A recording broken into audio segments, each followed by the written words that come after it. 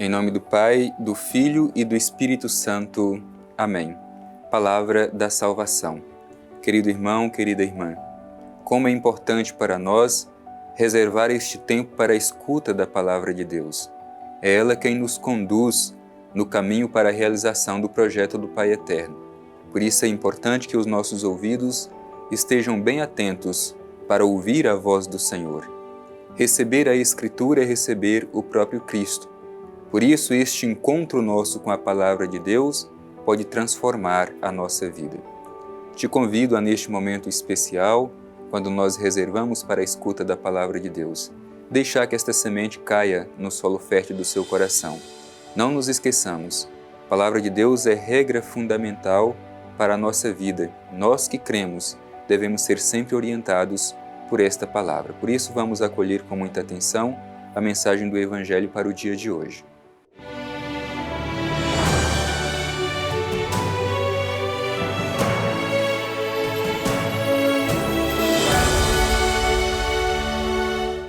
Proclamação do Evangelho de Jesus Cristo segundo Mateus. Glória a vós, Senhor. Ouviste que foi dito: não cometerás adultério.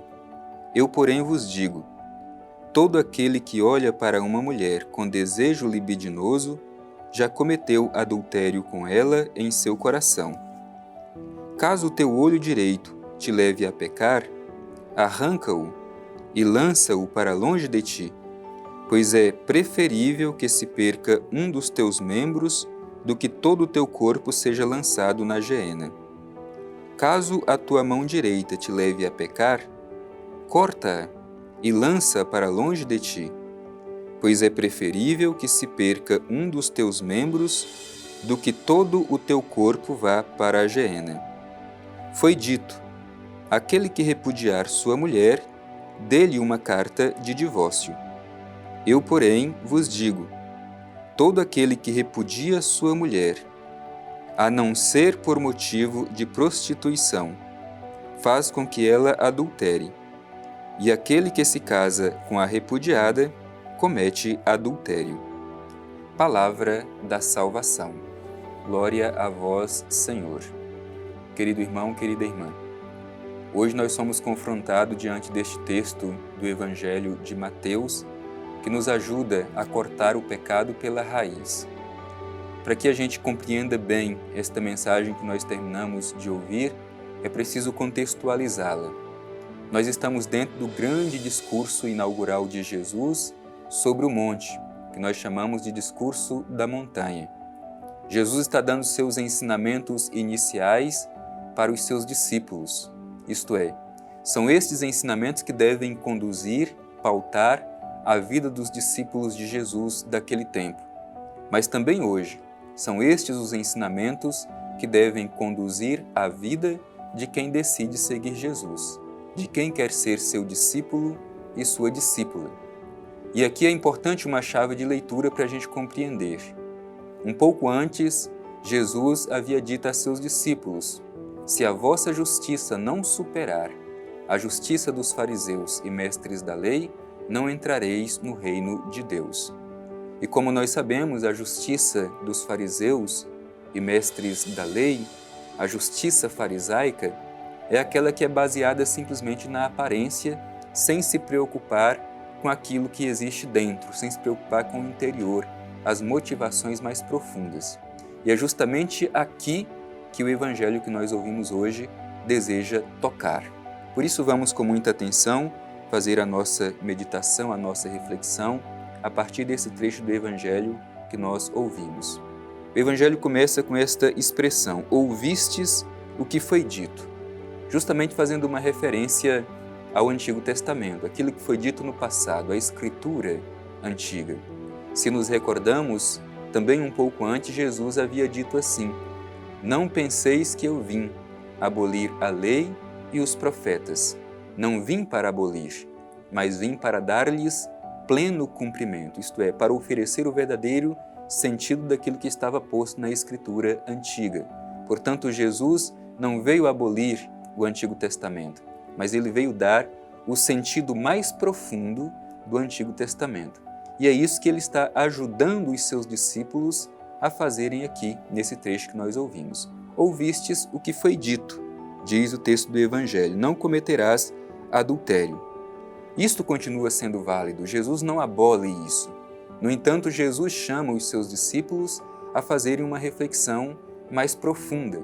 Não basta evitar o ato em si, é preciso evitar todos os sentimentos que poderão conduzir, levar a pessoa a cometer tal ato. Por isso Jesus faz essa comparação. Ouvistes o que foi dito, não cometerás adultério. Eu, porém, vos digo, todo aquele que olha para uma mulher com desejo libidinoso já cometeu adultério com ela no seu coração. Portanto, há uma diferença muito grande do modo com que os fariseus compreendiam a lei, simplesmente observando o seu exterior. Agora Jesus fala de um adultério do coração. Como nós sabemos, o coração na Bíblia é muito mais do que o lugar das emoções, o lugar dos sentimentos. Na Bíblia, o coração é o centro da humana liberdade. É lá que nós devemos verificar, que nós devemos olhar que tipo de sentimentos, que pensamentos nós estamos alimentando dentro de nós. E é ali que a gente precisa fazer as correções. Portanto, para Jesus não basta evitar o ato em si, é preciso corrigir os sentimentos e os pensamentos que alimentamos dentro de nós que podem nos conduzir ao pecado. Para ilustrar isso, o Evangelho utiliza essa expressão até um tanto quanto forte e exagerada. Diz o Evangelho: caso o teu olho direito te leve a pecar, arranca-o e lança-o para longe de ti, pois é preferível que se perca um dos teus membros do que todo o teu corpo seja lançado no Geena. E continua Jesus com esse tipo de expressão forte: caso tua mão direita te leve a pecar, corta-a e lança-a para longe de ti, pois é preferível que se perca um dos teus membros do que todo o teu corpo ir para o Geena, isto é, ir para o fogo do inferno. Portanto, o que Jesus está dizendo aqui não é que nós devemos nos mutilar, é uma linguagem simbólica para nos ajudar a compreender a necessidade de cortar o mal pela raiz. Aquilo que nos leva ao pecado deve ser eliminado da nossa vida. Repito, o Evangelho não está pedindo que nós nos mutilemos, que nós cortemos parte do nosso corpo literalmente. Não. O Evangelho, por meio desta imagem, está nos ajudando a tomar consciência que nós precisamos fazer os cortes, as podas necessárias na nossa vida daquilo que nos conduz ao pecado. Por isso, cada um de nós precisa fazer esta avaliação sincera. O que em nós precisa ser podado? E todos nós precisamos fazer as podas necessárias. O que em nós nos conduz ao pecado? A gente tem a coragem necessária de fazer os cortes? O corte é doloroso, sangra, mas é necessário, porque senão a gente não consegue realizar o projeto de Deus. Portanto, repito, o Evangelho que nós ouvimos através dessa expressão forte de Jesus está nos convidando a cortar o mal pela raiz, desde os sentimentos e pensamentos que alimentamos em nós que podem nos conduzir ao pecado. Isso deve ser podado da nossa vida para que correspondamos ao projeto de Deus. Portanto, o ensinamento que nós recebemos hoje desse trecho do Evangelho vai nessa direção. Não basta a aparência, é preciso olhar aquilo que nós alimentamos no nosso coração. E ali, naquilo que alimentamos no nosso coração, se houver algum tipo de sentimento ou pensamento que vai nos conduzir ao pecado, devemos cortar, eliminar da nossa vida.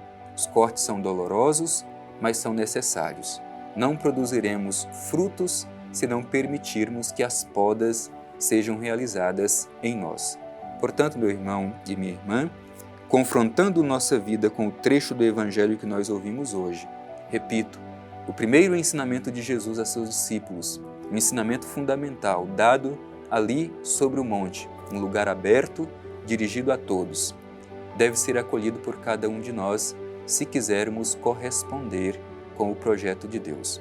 Deixemo-nos ser provocados por Deus através do seu Evangelho e, desse modo, nos coloquemos no seguimento de nosso Senhor Jesus Cristo, tornando pleno o seu mandamento em nossa vida. E o seu mandamento é amor.